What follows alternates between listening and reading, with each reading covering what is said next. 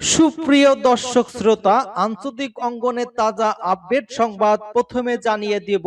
পারমাণবিক অস্ত্র দেখিয়ে শত্রুর হার্ট অ্যাটাক করাতে চলেছে ইরান, মার্কিন যুক্তরাষ্ট্রের ঘুম হারাম। জানিয়ে দিব, রাডার ফাঁকি দিয়ে মার্কিন ঘাঁটিতে বোমা ফেলল ইরানের যুদ্ধ বিমান। এদিকে আমেরিকার ভুল থিওরি, ইরানের কাছে নাজেহাল মার্কিন যুক্তরাষ্ট্র।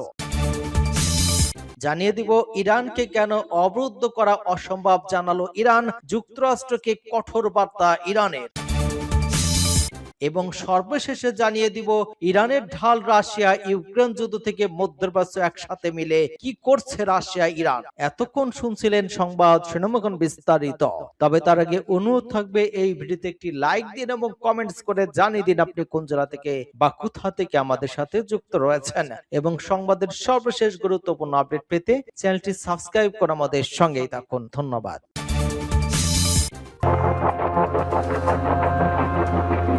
মধ্যপ্রাচ্যে অস্থিরতার মূল কারণ কি? চোখ বন্ধ করে ভাবলে মাথায় একটাই উত্তর আসে, পারমাণবিক অস্ত্র।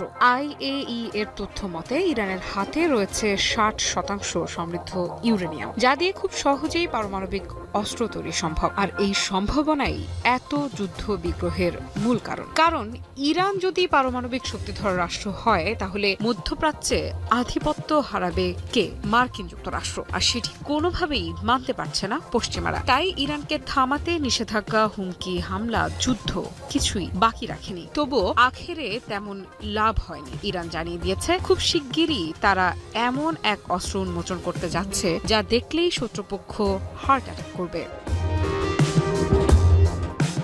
তবে কি ইরানের হাতে চলে এসেছে পারমাণবিক অস্ত্র? ইরানের নৌবাহিনীর কমান্ডার শাহরাম ইরানি দাবি করেছেন, খুব শিগগিরই তারা এমন এক অস্ত্র উন্মোচন করতে যাচ্ছে যা দেখলেই শত্রুপক্ষ হার্ট অ্যাটাক করবে। তার এই মন্তব্য ঘিরে শুরু হয়েছে জল্পনা কল্পনা। ইরানি আরও বলেন, সাম্প্রতিক সংঘাতে শত্রুপক্ষ ভেবেছিল খুব দ্রুত ফল পাবে, কিন্তু বাস্তবতা হয়েছে উল্টো। এখন সেই ধারণাই সামরিক একাডেমিগুলোতে হাসির বিষয় হয়ে দাঁড়িয়েছে। এই বক্তব্য শুধু আত্মবিশ্বাস নয়, বরং প্রতিপক্ষকে ছোট করে দেখানোর একটি কৌশল হিসেবেও দেখা হচ্ছে। সবচেয়ে আলোচিত দাবি এসেছে মার্কিন বিমানবাহী রণতরী আব্রাহাম লিঙ্কনকে ঘিরে। ইরানের পক্ষ থেকে বলা হয়েছে, এই রণতরীকে লক্ষ্য করে অন্তত 7টি ক্ষেপণাস্ত্র হামলা চালানো হয়েছে, যার ফলে নির্দিষ্ট সময়ের জন্য সেখান থেকে যুদ্ধ বিমান উড্ডয়ন বন্ধ হয়ে যায়। যদিও এই দাবি স্বাধীনভাবে যাচাই করা সম্ভব হয়নি, তবুও এটি উত্তেজনা বাড়ানোর জন্য যথেষ্ট। ইরানের ভাষ্য অনুযায়ী 28 ফেব্রুয়ারি থেকে শুরু হওয়া সংঘাতে তারা পশ্চিম এশিয়ার বিভিন্ন স্থানে মার্কিন যুক্তরাষ্ট্র ও ইসরায়েল সংশ্লিষ্ট লক্ষ্যবস্তুতে অন্তত 100 দফা পাল্টা আঘাত হেনেছে। প্রশ্ন হচ্ছে, এই ধারাবাহিক হামলার পেছনে কি ধরনের প্রযুক্তি ব্যবহার করা হয়েছে? ইরানের কোন ক্ষেপণাস্ত্র দেশটিকে টানা হামলার সক্ষমতা এনে দিয়েছে? সেসবও এখন আন্তর্জাতিক রাজনীতিতে আলোচনার বিষয়। আরেকটি গুরুত্বপূর্ণ দিক হল হরমুজ প্রণালী। বিশ্ব জ্বালানি সরবরাহের জন্য অত্যন্ত গুরুত্বপূর্ণ এই পথটি ইরান আংশিকভাবে নিয়ন্ত্রণ নেওয়ার কথা বলছে। তাদের দাবি, এখন এই প্রণালী দিয়ে জাহাজ চলাচল অনেকটাই নির্ভর করছে ইরানি অনুমতির ওপর। যদি তা সত্য হয়, তবে এটি শুধু সামরিক নয়, বৈশ্বিক অর্থনীতির জন্য বড় বার্তা। আমি ভরসা রাখি ইরন স্মার্ট ওয়াটার পিউরিফায়ারে। তাহলে হার্ট অ্যাটাক করানো সেই অস্ত্রটি কি? বিশেষজ্ঞদের মতে এটি সরাসরি পারমাণবিক অস্ত্র নাও হতে পারে, বরং হতে পারে হাইপারসনিক মিসাইল, উন্নত ড্রোন প্রযুক্তি বা ইলেকট্রনিক ওয়ারফেয়ার সিস্টেম, যা প্রতিপক্ষকে অপ্রস্তুত অবস্থায় ফেলে দিতে পারে। তবে সন্দেহ একেবারে উড়িয়ে দেওয়া যাচ্ছে না, কারণ ইরানের পারমাণবিক কর্মসূচি নিয়ে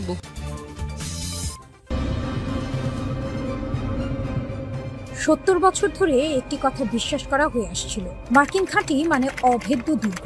প্যাট্রিয়ট মিসাইল, স্তরে স্তরে রাডার, আকাশে অদৃশ্য প্রহরী। এই জালের মধ্যে দিয়ে কোনো শত্রু বিমান ঢুকে পড়বে এমন স্বপ্ন দেখেনি পেন্টাগন। কিন্তু স্বপ্ন আর বাস্তব একই জিনিস নয়। ইরান সেই পার্থক্যটা বুঝিয়ে দিল, নিঃশব্দে, নিখুঁতভাবে, রাডারের অন্ধকারে বাজ পাখির মতো ছো মেরে।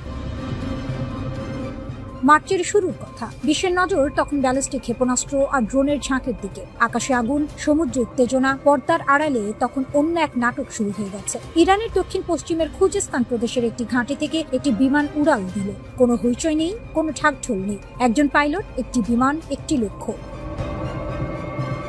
বিমানটি উড়ল মাটির কাছ ঘেঁষে, পারস্য উপসাগরের ঢেউয়ের মাথা ছুঁই ছুঁই করে। কয়েক ডজন মিটার উচ্চতা, ভূমির বক্রতার আড়ালে লুকিয়ে রাডারের দৃষ্টিসীমার নিচে থেকে এগিয়ে চলল কুয়েতের দিকে। এই কৌশলের নাম লো অল্টিটিউড পেনিট্রেশন, পৃথিবীর বুক আঁকড়ে ধরে শত্রুর চোখ ফাঁকি দেয়া। রাডার দিগন্তের নিচে যা থাকে তা সে দেখতে পায় না। ইরান ঠিক এই অন্ধ জায়গাটাতে আঘাত করল। আর ঠিক সেই মুহূর্তে উপর থেকে শত শত ক্ষেপণাস্ত্র আর ড্রোন ঝাঁক বেঁধে আসছিল। মার্কিন প্রতিরক্ষা ব্যবস্থা তখন হাজার হাত দিয়ে উপরের আক্রমণ ঠেকাতে ব্যস্ত।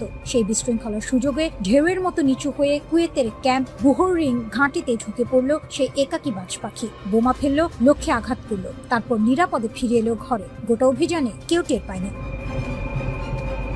1953 সালের পরে প্রথম কোনো শত্রু যুদ্ধ বিমান মার্কিন ঘাঁটিতে বোমা ফেলল। 70 বছরের অহংকার এক ঝটকায় ধুলায় মিশে গেল। আর যে বিমান এই অসাধ্য সাধন করলো সেটি কোনো অত্যাধুনিক পঞ্চম প্রজন্মের জেট নয়, এটি হেসা কোসার, ইরানের নিজের হাতে করা, নিজের ঘামে তৈরি। পশ্চিমা বিশ্লেষকরা F5 প্ল্যাটফর্মকে সেকেলে বলে উড়িয়ে দিয়েছিল বহুদিন আগে, কিন্তু ইরান সেই তাচ্ছিল্যকে গ্রাহ্য করেনি। 1987 সাল থেকে শুরু হয়েছিল যাত্রা, রিভার্স ইঞ্জিনিয়ারিং, নিজস্ব গবেষণা, 4 দশকের নিরলস পরিশ্রম। আজ কোসারে 88% যন্ত্রাংশ ইরানের নিজের। আধুনিক digital cockpit, multipurpose radar, laser, GPS navigation, সবটাই তেহরানের ইঞ্জিনিয়ারদের মেধার ফসল। অবরোধ যাকে দমাতে চেয়েছিল সে ঘরে বসেই নিজের ডানা গুজিয়ে নিয়েছে। প্রেসিডেন্ট ট্রাম্প দাবি করেছিলেন ইরানের বিমান বাহিনী পুরোপুরি ধ্বংস। কোসারের এই অভিযান সেই দাবির মুখে সপাটে চপেটাঘাত হাত করেছে। 7টি দেশে মার্কিন ঘাঁটিতে ইরানের সম্মিলিত হামলায় বিলিয়ন ডলারের ক্ষতি হয়েছে। হ্যাঙ্গার পুড়েছে, কমান্ড হেডকোয়ার্টার ধ্বংস হয়েছে, যোগাযোগ অবকাঠামো ভেঙে পড়েছে। তবে ইট পাথরের ক্ষতির চেয়ে বড় ক্ষতি হয়েছে আত্মবিশ্বাসে। পেন্টাগনের সেই দীর্ঘদিনের দম্ভ, আমাদের ঘাঁটি অভেদ্য, সেই দম্ভ আজ চূর্ণ। ইরান প্রমাণ করেছে শক্তি মানে সবসময় সবচেয়ে বড় বোমা নয়, শক্তি মানে শত্রুর দুর্বলতা চেনা।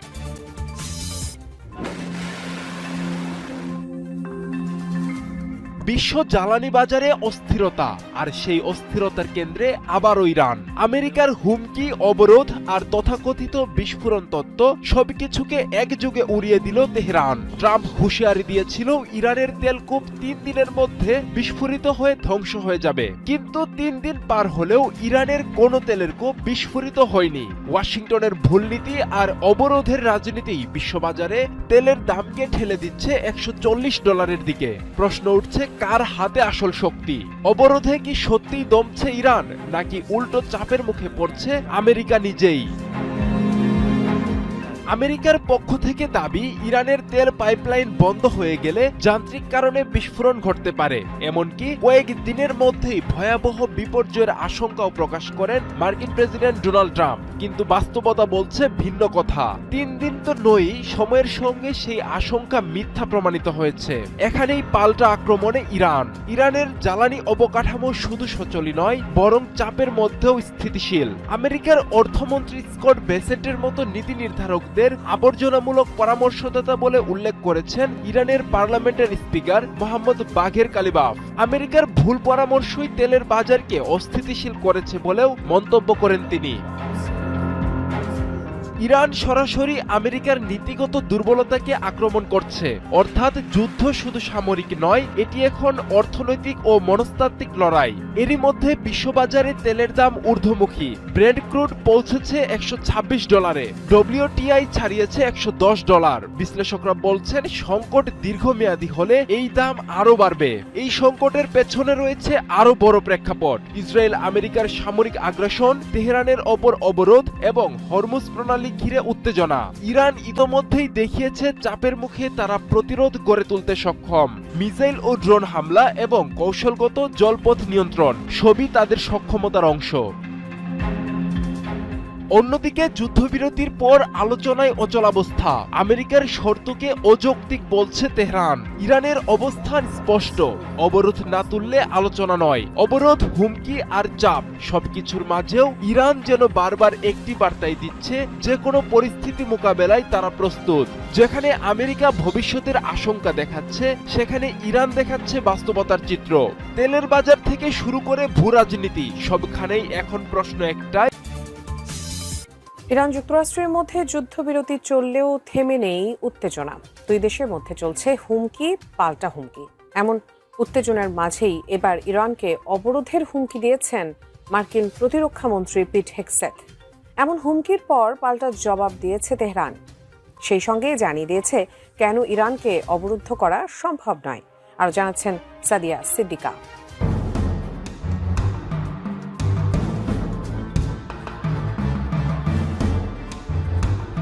মধ্যপ্রাচ্যে চলমান উত্তেজনার মাঝেই ইরানকে অর্থনৈতিক ও সামরিকভাবে কোণঠাসা করতে সমুদ্রপথ অবরোধের ইঙ্গিত দিয়েছিলেন মার্কিন প্রতিরক্ষা মন্ত্রী পিট হেগসেথ। তার এমন আগ্রাসী মন্তব্যের পর মধ্যপ্রাচ্যে নতুন করে উত্তেজনার ঢেউ ছড়িয়ে পড়ে। তবে মার্কিন প্রতিরক্ষা মন্ত্রীর এই অবরোধের বার্তাকে পাত্তাই দেয়নি ইরান। হেগসেথের হুমকির পাল্টা জবাবে রীতিমতো রণহুঙ্কার ছেড়েছেন ইরানের পার্লামেন্ট স্পিকার মোহাম্মদ বাঘের গালিবাফ। সামাজিক মাধ্যমে একটি মানচিত্র পোস্ট করে তিনি মার্কিন প্রতিরক্ষা মন্ত্রীর সামরিক ও ভৌগোলিক জ্ঞান নিয়ে সরাসরি প্রশ্ন তোলেন। গালিবাফ স্পষ্টভাবে জানিয়ে দিয়েছেন, ইরানকে ব্লক করার চিন্তা করা কেবল অবাস্তবই নয়, বরং হাস্যকর। আমি বুঝি নির্মাণের শিল্প, সালাম স্টিল বোঝে ডিউরেবিলিটি। সালাম স্টিল, মোস্ট ডিউরেবল স্টিল। হেগসেথকে সরাসরি বিদ্রূপ করে গালিবাফ আরো বলেন, মনে হচ্ছে মার্কিন প্রতিরক্ষা মন্ত্রীর ভূগোলে একটু দুর্বলতা আছে। ইরান কোনো বিচ্ছিন্ন দ্বীপ দেশ নয় যে চাইলেই তাকে চারপাশ থেকে জলপথে ঘিরে ফেলা যাবে। গালিবাফের এই মন্তব্য ওয়াশিংটনে নীতি নির্ধারকদের জন্য এক বড় ধরনের মানসিক ধাক্কা হিসেবে দেখছেন সামরিক বিশ্লেষকরা। তিনি আরো মনে করিয়ে দেন যে ইরানের বিশাল উপকূল রেখা এবং আঞ্চলিক প্রভাব সম্পর্কে ন্যূনতম ধারণা থাকলে হেগসেথ এমন বালখিল্য মন্তব্য করতেন না। গালিবাফ তার মন্তব্যে অত্যন্ত কৌশলে বিশ্ব জ্বালানি রাজনীতির মূল কেন্দ্রবিন্দুটি সামনে নিয়ে এসেছেন। তিনি জোর দিয়ে বলেন, হরমুজ প্রণালী সহ এই অঞ্চলের গুরুত্বপূর্ণ নৌপথের নিয়ন্ত্রণ মূলত তেহরানের হাতেই। বিশ্ব জ্বালানি সরবরাহের লাইফলাইন হিসেবে পরিচিত এই রুটটি ব্যবহার করে বিশ্বে 1/3 জ্বালানি তেল পরিবাহিত হয়। গালিবাফের প্রচ্ছন্ন বার্তাটি পরিষ্কার, যদি ইরানকে অবরোধের চেষ্টা করা হয় তবে তেহরান এই লাইফলাইন বন্ধ করে দিতে দ্বিধা করবে না, যা বিশ্ব অর্থনীতিতে ধস নামানোর ক্ষমতা রাখে। রাজনৈতিক বিশ্লেষকদের মতে ট্রাম্প প্রশাসনের আসন্ন কর্মকর্তাদের কট্টর ইরান বিরোধী অবস্থানের বিপরীতে তেহরান আগে ভাগে তাদের কঠোর মনোভাব জানান দিচ্ছে। মোহাম্মদ বাঘের গালিবাফের এই মন্তব্য কেবল হেগসেথকে ব্যক্তিগত আক্রমণ নয়, বরং ওয়াশিংটনকে দেওয়া একটি শক্তিশালী বার্তা, যা যে কোনো আগ্রাসী পদক্ষেপের জবাব দিতে তেহরান সামরিক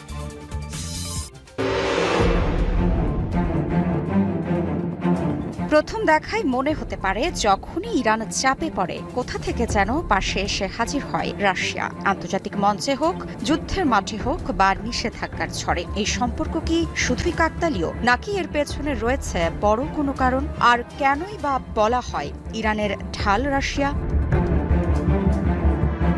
আরও চমকপ্রদ বিষয় হলো, এটা কোনো সাধারণ বন্ধুত্ব নয়। এখানে আছে শক্তির হিসাব, আছে প্রতিপক্ষকে ঠেকানোর খেলা, আর আছে এমন এক জোট যা ধীরে ধীরে বিশ্ব শক্তির ভারসাম্য বদলে দিচ্ছে। এই অবস্থায় প্রশ্ন একটাই, রাশিয়া কি সত্যিই ইরানের ঢাল, নাকি দুজনেই নিজেদের স্বার্থে একে অপরকে ব্যবহার করছে? এদিকে ইউক্রেন যুদ্ধের ধোঁয়া এখনো পুরোপুরি না কমতেই নতুন করে উত্তেজনার কেন্দ্রবিন্দু হয়ে উঠেছে মধ্যপ্রাচ্য। আর এই পুরো সমীকরণের মাঝখানে আবারও একই নাম, রাশিয়া। কেউ বলছে এটা কৌশলগত বন্ধুত্ব, কেউ বলছে বাধ্যতামূলক জোট, কিন্তু প্রশ্ন এর থেকেও বড়, ইরান কি সত্যিই রাশিয়ার ছায়ায় নিরাপদ, নাকি দুজনেই একই আগুনের মধ্যে নিজেদের রক্ষা করার চেষ্টা করছে? বিশ্ব রাজনীতি এখন আর এক লাইনে চলছে না। ইউক্রেন থেকে গাজা, সিরিয়া থেকে পারস্য উপসাগর, সব জায়গায় শক্তির নতুন হিসাব নিকাশ চলছে। আর এই বিশাল খেলায় রাশিয়া ও ইরানের সম্পর্ক যেন এক ধরনের কূটনৈতিক বর্ম, যা কখনো শক্তিশালী আবার কখনো চাপে ফাটল ধরছে। রাশিয়া ইউক্রেন যুদ্ধ শুরু হওয়ার পর রাশিয়া পশ্চিমা নিষেধাজ্ঞার চাপে পড়ে যায়। এই পরিস্থিতিতে রাশিয়া আন্তর্জাতিকভাবে আরও বিচ্ছিন্ন হয়ে গেলে ইরানের সঙ্গে সম্পর্ক আরও গভীর হয়। ইরান রাশিয়াকে ড্রোন সরবরাহের মাধ্যমে যুদ্ধক্ষেত্রে সহায়তা করে, যা যুদ্ধের গতিপথে বড় আলোচনার বিষয় হয়ে দাঁড়ায়। বিনিময়ে রাশিয়া ইরানের ওপর চাপ কমাতে কূটনৈতিকভাবে চেষ্টা করে পাশে দাঁড়ানোর। মধ্যপ্রাচ্যের পরিস্থিতিও স্থির নয়। ইরান ইসরায়েল উত্তেজনা সব মিলিয়ে অঞ্চলটা এখন এক বিশাল অস্থিতিশীল চক্রে। সম্প্রতি রাশিয়ার প্রেসিডেন্ট ভ্লাদিমির পুতিন বলেছেন, মস্কো ইরানের সঙ্গে তাদের কৌশলগত সম্পর্ক আরও জোরদার করবে এবং মধ্যপ্রাচ্যে স্থিতিশীলতা ও শান্তি নিশ্চিত করতে যা কিছু প্রয়োজন তা করবে। সেন্ট পিটার্সবার্গে ইরানের পররাষ্ট্রমন্ত্রী আব্বাস আরাকচির সঙ্গে বৈঠকের সময় তিনি এই মন্তব্য করেন। এমন তথ্যই জানিয়েছে দ্য মিডল ইস্ট মনিটর। কি বুঝলেন ভাই? অনলি জেডাই চাই। এদিকে ইউক্রেন যুদ্ধে ইরানের ড্রোন প্রযুক্তি রাশিয়ার জন্য গুরুত্বপূর্ণ হয়ে উঠেছে। অন্যদিকে রাশিয়ার উন্নত যুদ্ধ বিমান ও সামরিক প্রযুক্তি ইরানের জন্য কৌশলগত সম্পদ হিসেবে দেখা হচ্ছে। এটা এখন আর শুধু রাজনৈতিক বন্ধুত্ব নয়, বরং এক ধরনের মিউচুয়াল সার্ভাইভাল ডিল। একসাথে টিকে থাকার লড়াই দুই দেশই পশ্চিমা অর্থনৈতিক নিষেধাজ্ঞার মধ্যে রয়েছে। ফলে তারা একে অপরের ওপর নির্ভরশীল হয়ে পড়ছে, বাণিজ্য, জ্বালানি এবং ট্রান্সপোর্ট করিডোরে নতুন পথ তৈরি করছে। সবকিছু মিলিয়ে একটা বিষয় স্পষ্ট, রাশিয়া ইরানের জন্য এক ধরনের কূটনৈতিক ও সামরিক শিল্ড হিসেবে কাজ করছে, কিন্তু এটা কোনো আবেগী বন্ধুত্ব নয়। আর বিশ্ব রাজনীতির এই